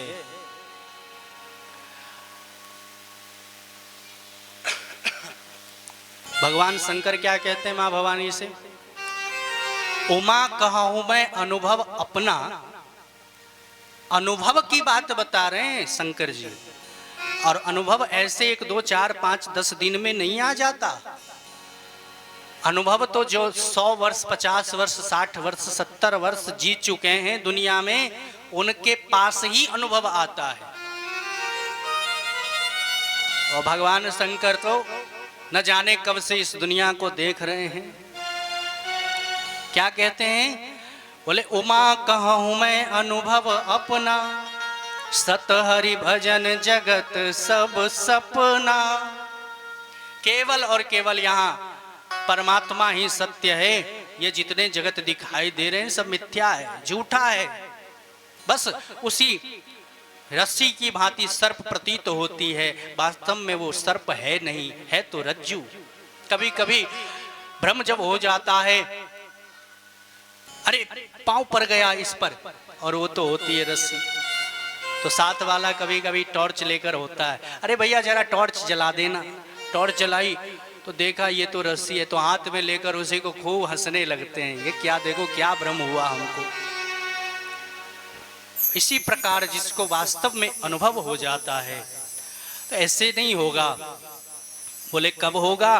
बोले जब हम भगवान श्री राम के चरणारविंद में उनको प्रणाम करके उनकी शरणागति स्वीकार कर लेंगे और इस रामचरितमानस को यथावत समझ लेंगे, तभी जाकर धीरे धीरे एकाएक तो अब नहीं होगा। क्यों? सदा से हम संसार में रहे हैं तो संसार को ही सच्चा मानते हैं, सदा से यहीं रहे हैं। जैसे कोई विदेश बेटा चला जाता है, यहाँ वर्षों तक पाला पोसा आपने, 20-30 वर्ष की आयु हो गई, विदेश चला गया कमाने, और विदेश में जाकर उसका खूब मन लग गया, अब वो गांव आना ही नहीं चाहता, तो क्या विदेश उसकी सत्यता है? बोले नहीं, उसकी सत्यता तो यहाँ है। क्यों? बोले माता पिता यहाँ है, उसका गांव यहाँ, उसका घर यहाँ, उसके भाई बंधु यहाँ, तो फिर वहां जाकर वो इतना रम कैसे गया? बोले उसको भ्रम हो गया कि अब यही मेरा संसार है,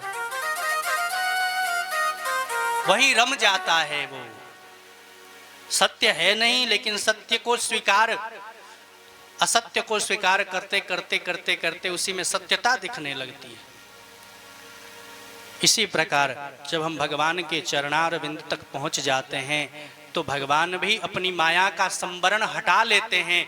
फिर माया का संवरण हटते ही ये दुनिया हमको मिथ्या लगने लगता है और भगवान हमको सत्य दिखाई देते हैं। ऐसे भगवान श्री हरि की, श्री राम की मैं वंदना करता हूँ।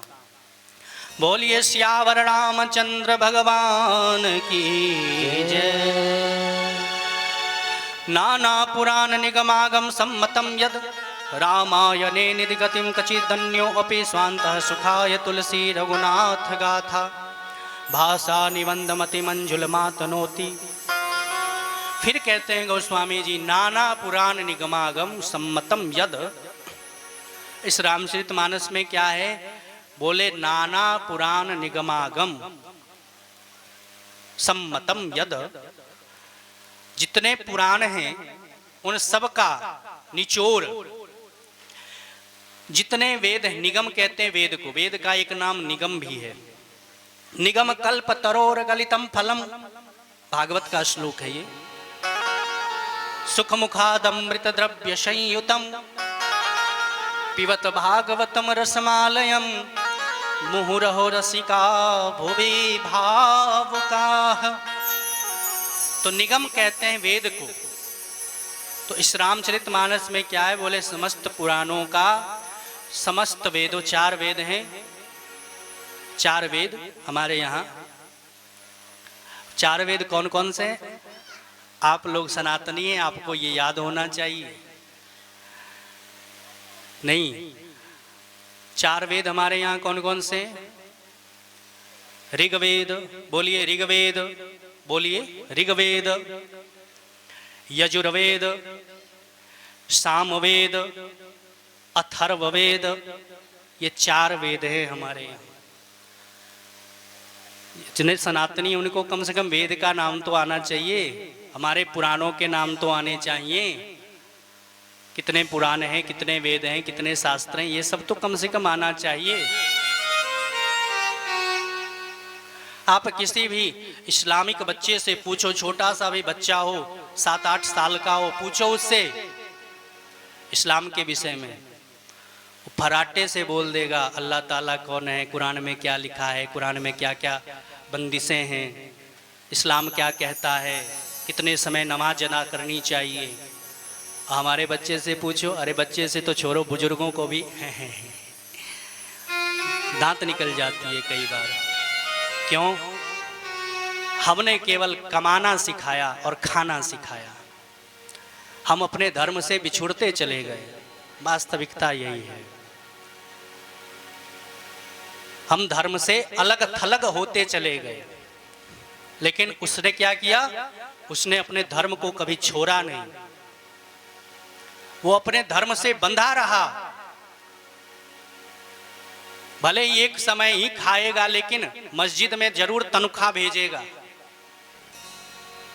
एक समय न खाए कोई बात नहीं है, लेकिन मस्जिद में जो उसकी जा रही है वो बंद नहीं होगी, चाहे वो कितना भी गरीब हो, जो हो उसको भेजो, वो जाएगा। वहाँ प्रारंभ से ही उसको शिक्षा मिल रही है। और यहाँ तो स्कूलों में हमारे न गीता, न भागवत, न महाभारत, न रामायण, कुछ भी नहीं, सब चौपट है। न हम खुद घर में पढ़ा रहे हैं, तो कैसे वो समझेगा कि हमारा सनातन धर्म क्या है? और ये सबसे बड़ा अपराध है माँ बाप का कि वो अपने बच्चे को अपने धर्म के विषय में नहीं बताते और वही बच्चा समय आने पर भटक जाता है, इस्लाम कबूल कर लेता है, इस्लामिक पंथ में चला जाता है, कई बार क्रिश्चियन बन जाता है। क्यों? हमने सही से कभी उसे अपने धर्म के विषय में बताया ही नहीं, समझाया ही नहीं, तो भटकना तो स्वाभाविक ही था। तो ये सब कुछ बातें हैं जो आनी चाहिए। कम से कम हनुमान चालीसा ही रटवाओ बच्चे को, कुछ नहीं कर सकते। अरे मॉर्निंग में स्कूल जाता है, कम से कम बेटा हनुमान चालीसा पढ़ो, इसको याद कर लो, धीरे धीरे वो याद कर ले, फिर दूसरे समय में एक दो गीता के श्लोक रटवाओ। गीता किसने लिखी, किसने सुनाई, कहाँ सुनाई, क्यों सुनाई, ये बताओ।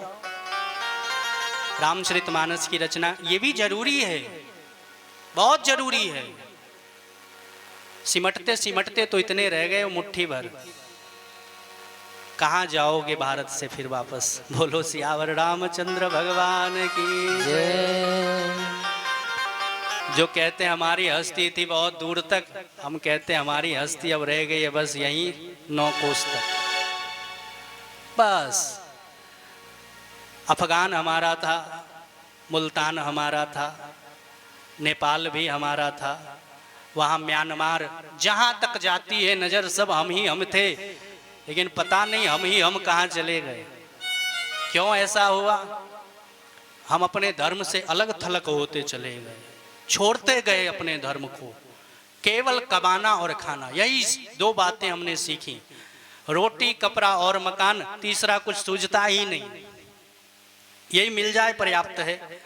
मैं ये नहीं कहता इसकी आवश्यकता नहीं है, ये भी होनी चाहिए, अवश्य होनी चाहिए, लेकिन इसके साथ जो हमारा धर्म है उसकी भी तो हमें जानकारी होनी चाहिए।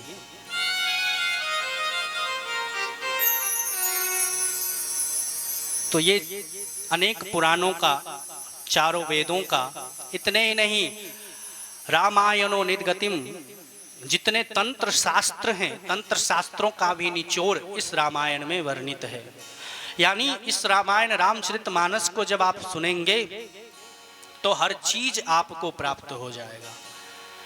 हमारे यहाँ कहावत है, एक ही ग्रंथ, एक ही मंत्र, एक ही गुरु, ये सब तार सकते हैं। बार बार गुरु नहीं बदला जाता, एक ही गुरु जिसमें विश्वास हो जाए वही तार देगा। एक ही मंत्र जो गुरु ने दे दिया उसी को जपते रहो शुरू से अंत तक, वही तारने का काम करेगा। और एक ही ग्रंथ, किसी एक को तो पकड़ो। अरे अनेक शास्त्र, अनेक वेद, अनेक पुराण हैं, किसी एक को तो पकड़ लो, वही आपका कल्याण कर लेगा। एक ग्रंथ को, किसी को अपनाओ। अभी नवा चल रहा है, ये नवमी चल रही है। आज से लगभग 20-25 वर्ष पहले हर घर में रामचरितमानस की पारायण होती थी ना। यहाँ जो बुजुर्ग बैठे होंगे उनको पता होगा। 25 वर्ष पूर्व आप जाएं तो हर घर में रामचरितमानस की पारायण पाठ होती थी, जब भी ये नवदुर्गा आता था। लेकिन वो सब छूटता चला गया, हम इतने व्यस्त होते गए। अरे काहे का व्यस्त, व्यस्त न भी हो तो बेकार में व्यस्त हो जाते हैं। मोबाइल चलाने के लिए 4 घंटे हैं, फालतू गप्पे मारने के लिए भी समय है, लेकिन 1 घंटा बैठकर 10 दोहे 10 चौपाई पढ़ नहीं सकते। और हम भ्रमित इसलिए हो रहे हैं, सबसे बड़ी बात हमारे जो यहाँ के श्रोताओं हैं, श्रोता बंधुओं, सबसे बड़ी बात हम भ्रमित इसलिए हो जाते, कोई कुछ कह देता बस उसी के पीछे चले जाते हैं, वही हमको बाला फुसला लेता है। क्यों? हम कभी अपने ग्रंथों को सही से पढ़ते नहीं, चूक यही होती है। यदि हम अपने ग्रंथों को सही ढंग से पढ़ते, अपने बच्चों को भी पढ़ाते, तो फिर भ्रमित होने का कोई सवाल ही नहीं है। इसमें सभी शास्त्रों का वर्णन कर दिया। क्यों किया? दुनिया के लिए किया? गोस्वामी जी कहते हैं नहीं, स्वांतः सुखाय तुलसी, अपने सुख के लिए कर रहा हूं, मुझे सुख मिले। और वास्तव में अपने को जब आनंद मिलता है तभी वो दूसरों को आनंदित कर सकता है। जो आनंदित है, जो खुश ही है, जिसको सुख प्राप्त है, वही दूसरों को सुखी कर सकता है, आनंदित कर सकता है। और जो खुद डिप्रेशन में चला गया हो, आते ही आपके सामने रोना चालू कर दे, आपको ना भी रोना आ रहा हो तो भी आप रोने लग जाओ, तो जो दुखी है वो आपको भी दुखी कर देता है, और जो सुखी है वो आपको भी सुखी करता है। जिसके पास पैसा होगा वही तो देगा आपको, कंगाल क्या दे सकता है? कुछ भी नहीं। तो जिसके पास दुख है वो दुख देगा, और जिसके पास सुख है वो सुख देगा। तो गोस्वामी जी के पास सुख भरा, तभी गोस्वामी जी ने संसार को इस सुख से लबालब किया। स्वांतः सुखाय तुलसी रघुनाथ गाथा, अपने निज सुख के लिए गोस्वामी जी ने इस रघुनाथ चरित्र का गान किया। भाषा निबंध मति मंजुल मातनोती, जिसमें विविध भाषाओं का, आप जिस भाषा में, जिस लय में इसका पाठ करना चाहे कर सकते हैं। ये प्रतिबंध नहीं है कि इसी लय में होगा, लय का भी कोई प्रतिबंध नहीं है। कोई किसी भी लय में, देहाती लय हो, देसी लय हो, मार्गी लय हो, कोई भी लय हो, किसी भी लय में इस चरित्र को गा सकता है। इस प्रकार गोस्वामी जी ने इन श्लोकों के माध्यम से सबों को अपना जो रामचरितमानस है उसके लिखने का उद्देश्य क्या है ये बताया। कितने श्लोक हो गए? 7 श्लोक हो गए। बोलिए सियावर रामचंद्र भगवान की जय। इन 7 श्लोकों के माध्यम से गोस्वामी जी ने रामचरितमानस में क्या है, क्यों लिख रहे हैं, ये बताया और सबकी अलग अलग स्तुति करी। रामचरितमानस वास्तव में है क्या? रामचरितमानस, अब देखिए, अब हम थोड़ा सा कुछ विषयों को लेते हुए आरती की तरफ चलेंगे, क्योंकि आज का समय हमें अब आगे बढ़ने की आज्ञा नहीं देता। तो रामचरितमानस क्या है? रामचरितमानस का अर्थ है अपने मन में सम्यक रूप से राम की स्थापना कर लेना। अपने मन में सम्यक रूप से राम जी की स्थापना कर लेना। देखिए, सबसे ऊपर क्या है?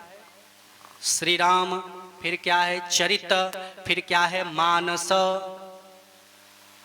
सबसे नीचे क्या है? मानस, फिर बीच में चरित, फिर श्री राम। सबसे ऊपर बैठे हैं भगवान श्री राम। कहना चाहते हैं गोस्वामी जी, जिस मनुष्य का चरित्र उज्जवल होगा वही श्री राम जी तक पहुंच सकता है। जिस मानस के चरित्र उज्जवल नहीं होंगे वो फिर भगवान श्री राम तक नहीं पहुंच सकता। यह सर आवत अति कठिनाई, राम कृपा बिनु आव न जाई। ये बड़ी कठिनता से प्राप्त होता है। रामायण का अर्थ क्या है? रामस्य अयनम रामायणम। श्री रामचरितमानस तो इसका नाम है ही, इसको श्री रामायण जी भी कहते हैं। तो रामायण का क्या अर्थ है? रामस्य अयनम रामायणम। जो राम जी का अयन है, अयन कहते हैं घर को, जिसमें भगवान श्री राम विश्राम करते हैं। इस घर में कौन रहते हैं? बोले भगवान श्री राम ही रहते हैं। इस रामायण में कौन रहते हैं? किसका घर है? बोले भगवान का ही घर है, भगवान श्री राम का ये घर है। रामस्य अयनम रामायणम।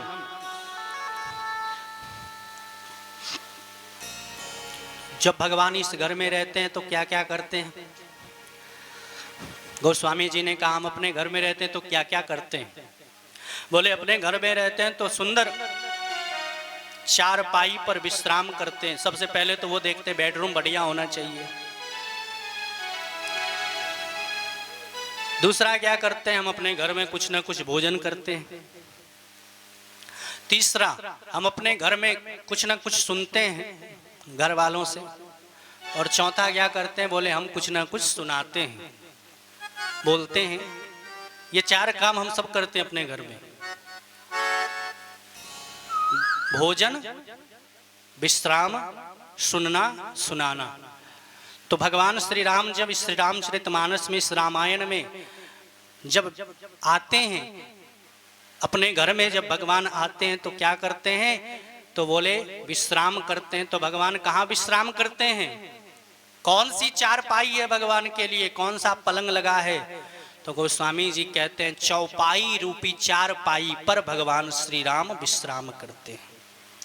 इसमें जो सुंदर सुंदर चौपाइयां हैं उसी पर भगवान विश्राम करते, वही उनके लिए चारपाई है। फिर भगवान श्री राम कुछ ना कुछ भोजन भी करते हैं, जैसे हम करते अपने घर में। तो भगवान श्री राम जब अपने घर में होते हैं, श्री रामचरितमानस रूपी घर में, रामायण में, तो भोजन भी करते हैं। क्या भोजन करते हैं, बोले दोहा रूपी दुग्ध का दोहन करके भगवान उसी का भोजन करते हैं। दोहा भगवान का भोजन है इस रामायण में। तीसरा क्या है, बोले हम कुछ ना कुछ सुनते हैं। तो भगवान क्या सुनते हैं यहाँ पर, तो सोरठा, जब सोरठा आता है इस रामचरितमानस में तो भगवान वहां पर सुनते हैं। सोरठा बड़े सुंदर सुंदर आते हैं, उस सोरठा को भगवान सुनते हैं। फिर हम अपने घर में होते हैं तो कुछ ना कुछ वस्त्र पहनते हैं, कुछ ना कुछ धारण करते हैं, ऐसे ही तो नहीं रहते। तो भगवान भी जब इस रामायण में रहते हैं तो क्या धारण करते हैं, बोले छादनाथ, छंद ही धारण करते हैं। छंद को ही वस्त्र बनाकर पहन लेते हैं भगवान, छंद को ही छादनाथ कहा। भगवान के ये वस्त्र हैं, जब छंद आते हैं तो भगवान मानो भगवान का वस्त्र आ गया। क्या भाव है गोस्वामी जी का। और फिर हम कुछ ना कुछ सुनाते हैं, घर में रहते हैं तो भगवान क्या सुनाते हैं, बोले श्लोक। जब श्लोक आता है तो समझ लो कि भगवान कुछ ना कुछ सुना रहे हैं। तो चौपाई रूपी चारपाई पर भगवान श्री राम विश्राम करते हैं। दोहा रूपी दुग्ध का दोहन करके भगवान श्री राम भोजन करते हैं। सोरठा रूपी सोरठ का भगवान सुनाते हैं, सुनते हैं। और छंद रूपी वस्त्र धारण करते हैं। और फिर श्लोक के माध्यम से भगवान कुछ न कुछ सुनाते हैं इस रामायण में। इस 7 श्लोकों में जब गोस्वामी जी मंगलाचरण करते हैं तो सबसे बीच में गुरु को रखते हैं। 7 श्लोकों के माध्यम से 9 लोगों की वंदना करते हैं। श्लोक 7 हैं और व्यक्ति 9 लोगों की वंदना करते हैं। प्रारंभ से जोड़िए। वंदे वाणी विनायको, सरस्वती और गणेश 2 हो गए। फिर दूसरे नंबर पर आइए, भवानी शंकरौ वंदे, शंकर और भवानी 4 हो गए। फिर यमाश्रितो ही वक्रो अपि चंद्र सर्वत्र वंदते। फिर गुरु रूपी शंकर की वंदना करते हैं। कितने हो गए, 5 हो गए। फिर आगे कविश्वर कपीश्वरो, हनुमान जी की, वाल्मीकि जी की वंदना करते हुए 7 हो गए। और फिर सीता जी की, उद्धव स्थिति संगार कारणिम क्लेश हारणिम, सीता जी की वंदना करते हैं, 8 हो गए। और फिर सबसे अंत में वंदे अहम तमेश कारण परम रामाख्यम मिशम हरिम, भगवान श्री राम की वंदना करते 9 हो गए। तो 7 श्लोकों के माध्यम से 9 लोगों की वंदना करते हैं। और सबसे बीच में गुरु को रखते हैं। क्यों, गुरु कर्णधारम, गुरु बीच का मझधार है। गुरु जब तक कर्णधार नहीं बनेगा, नौका नहीं बनेगा, तब तक आप इस श्री रामचरितमानस में प्रवेश ही नहीं कर पाओ। बीच में डूब जाओगे आप, कहीं ना कहीं फंस जाओगे, कहीं ना कहीं गलती कर बैठोगे, कहीं ना कहीं भ्रम में हो जाओगे। इसलिए गुरु कर्णधारम, गुरु को बीच में रखते हैं गोस्वामी जी। गुरु दोनों तरफ की नैया को संभालता है। एक ही तरफ थोड़ी नाव चलती है, दोनों तरफ चलती है। गुरु कर्ण धारम। तो 7 श्लोकों में 9 लोगों की वंदना करते हैं। 7 श्लोकों में ही वंदना क्यों करते हैं? बोले श्री रामचरितमानस में 7 श्लोकों में वंदना करके गोस्वामी जी बताना चाहते हैं कि श्री रामचरितमानस में 7 ही कांड होंगे। 7 श्लोक 7 कांड। बालकांड, अयोध्या कांड, अरण्य कांड, किष्किंधा कांड, सुंदर कांड, लंका कांड और उत्तर कांड। 7 श्लोक 7 कांड इस श्री रामचरितमानस में होंगे। क्यों 7 ही कांड क्यों होंगे, 7 ही श्लोक क्यों होंगे? बोले संगीत के 7 स्वर होते हैं। आप श्री रामचरितमानस को संगीत के 7 स्वरों में से किसी भी स्वर में गा सकते हो। ये प्रतिबंध नहीं है कि इसी स्वर में गाएंगे, कोई भी स्वर लगा सकते हो। इसलिए 7 श्लोक 7 कांड। फिर द्वीप भी तो 7 ही हैं, समुद्र भी तो 7 ही हैं। 7 की विशेषता है। सप्ताह में 7 ही दिन होते हैं, तो 7 दिन में से किसी दिन किसी द्वीप पर कभी भी श्री रामचरितमानस आप सुन सकते हैं, कोई प्रतिबंध नहीं है। इस प्रकार गोस्वामी जी ने इस श्री रामचरितमानस की वंदना करके प्रारंभ में 7 श्लोकों में ही मंगलाचरण की है। मंगलाचरण का अर्थ होता है मंगल आचरण।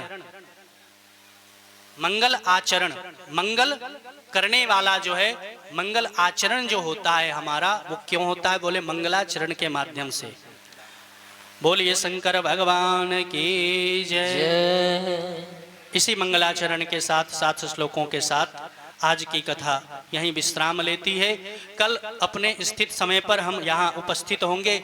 आप समूह से निवेदन है, जो समय रखा गया है आप भी उसी समय पर आने का कष्ट करेंगे। समय यदि अनुकूल रहा तो, मौसम कभी कभी बदल जाती है तो फिर उसका हम कुछ कह नहीं सकते, वो तो भगवान की कृपा से ही होगा।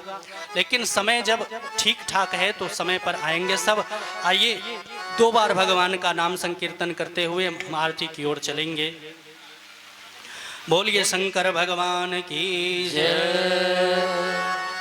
सीताराम हनुमान, सीताराम हनुमान, सीताराम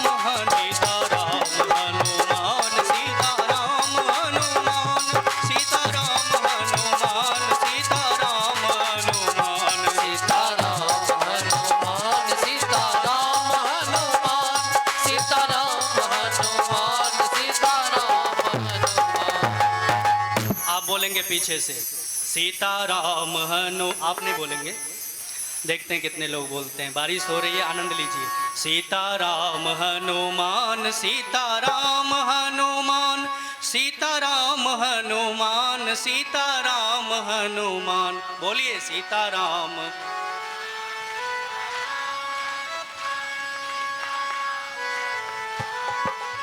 वाह क्या बात है, आप बहुत लाइन में गा रहे हैं।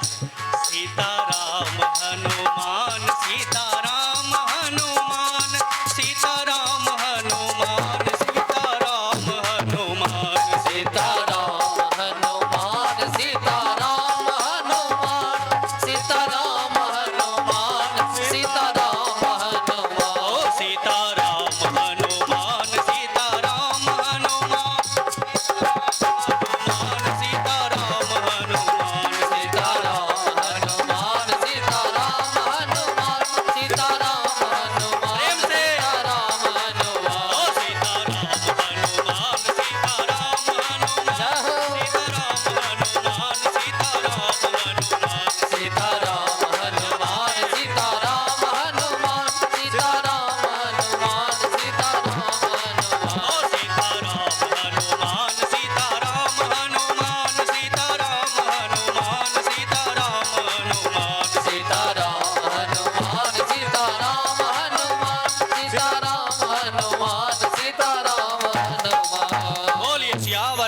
चंद्र भगवान की जय।